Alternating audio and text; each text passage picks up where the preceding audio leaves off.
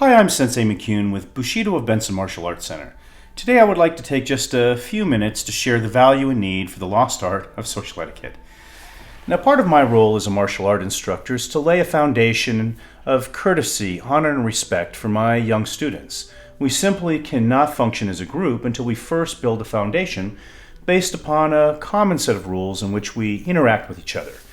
Now, because young people today are so connected with television and media, I thought that perhaps a good way to approach this educational process was to find some good videos online where these values were taught and illustrated. Now, surely with the billions of videos online, I could find some great clips, and if so, why reinvent the wheel, so to speak? However, I was absolutely amazed and somewhat appalled that I was able to find very little on these subjects after about 1959.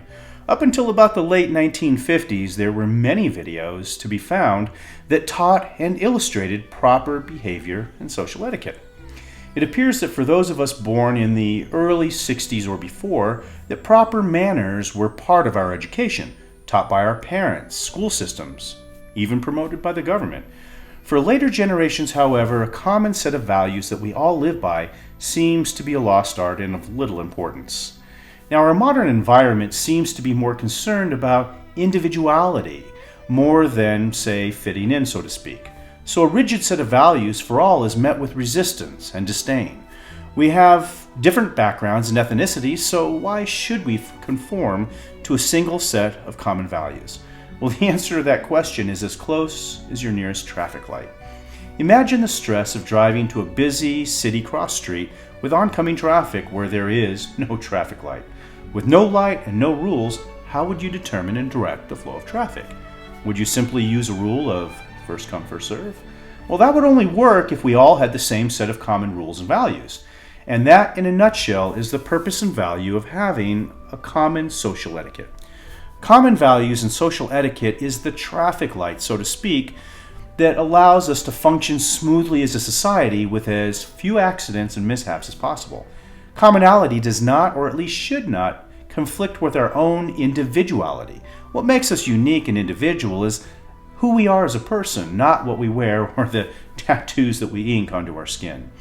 Unless you happen to live all alone in some yet undiscovered island in the South Pacific, it is important to understand that as individual as we may like to think we are still dependent on others and on society for our survival and existence.